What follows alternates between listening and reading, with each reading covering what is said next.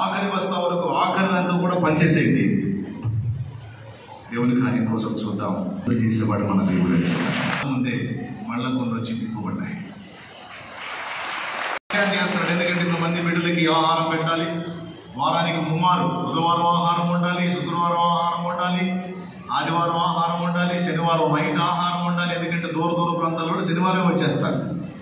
వాళ్ళందరికీ పెట్టాలి. Daily food ఉండాలి, నిత్య ఆహార వస్తువులు ఉండాల్సిందే. కానీ దేవుని కార్యాలు అయితే నా తీర్మానం ఆఖరిది కూడా అయిపోయేంత వరకు ఇద్దాం, పంచుదాం, వండుదాం, చేద్దాం. అది కూడా అయిపోతే అప్పుడు చూద్దాం. అయిపోయింది అనిపించేవాడు కాదు ఆయన. అయిపోయింది ఇక లేదనిపించేవాడు కాదు. అయిపోయింది అనగానే ఇంకా కొన్ని నుంచి ఆ కొన్నిటికి మరికొన్ని జోడించగల సమర్థుడు.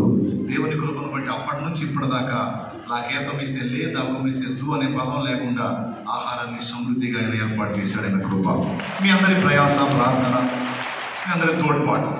మీరు కూడా బాధ్యత ఎరిగారు, గుర్తెరిగారు.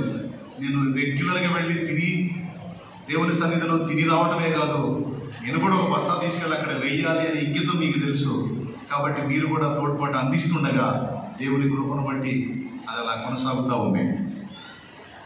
అట్లాగున